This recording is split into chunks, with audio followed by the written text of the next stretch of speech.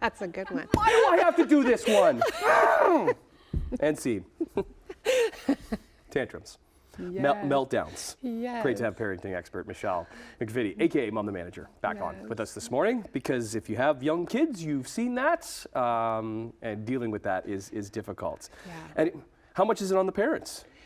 Well, I mean, it is a lot. And I responded with laughing. So if you were really having a temper tantrum, that could set you off, right? Like, I'm upset. I don't want to talk to this woman. I don't want to do this to her. I don't want to do this.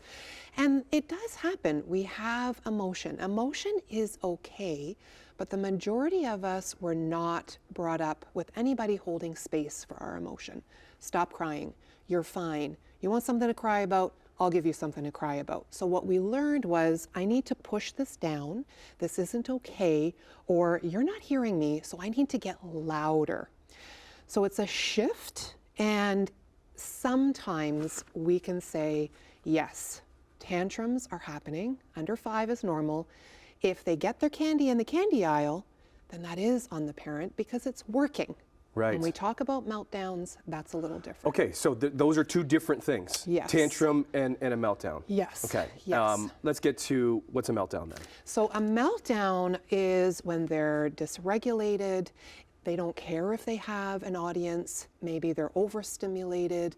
They have multiple things going on, but it's going to end when it's going to end, because they have to take the hour, the 20 minutes, the 10 minutes to calm down, whatever that looks like for them. And a tantrum is that kid that's crying in the candy aisle. As soon as they get their cookie, not a tear. And they stand up. But they bank it. They do. They bank that because yes. they know that if they do that, they'll probably get that again. Absolutely. And the last time you were on, we were talking about the parenting and giving parents different roles. And that probably is difficult too, because parents are different with their kids. Yes, I think everybody has a different expectation, different values, but you have to have your negotiables and your non-negotiables. If you're solo parenting, that's, you just have to decide, what am I okay with and what am I not okay with?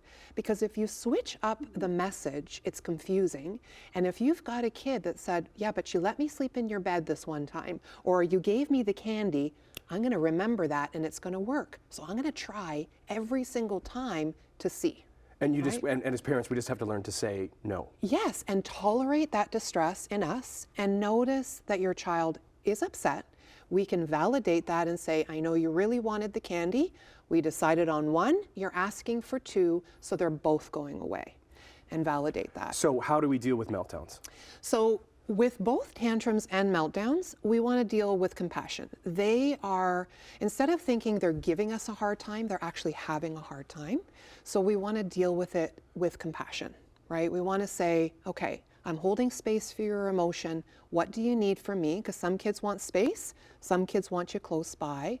But we can set a loving boundary to say, you can be angry, but you can't throw that thing. Yeah. Right? You said under 5 for tantrums. What about meltdowns? Well, meltdowns is a little bit different. I think in the moment we want to hold space, right? Because even if you were having a tantrum, or even if you were upset, which I don't know if you've noticed this, but I notice this a lot when somebody starts crying and they say, I'm sorry, right? That's because I can't have emotion. So someone just sitting with you and saying, I'm going to hold space for this.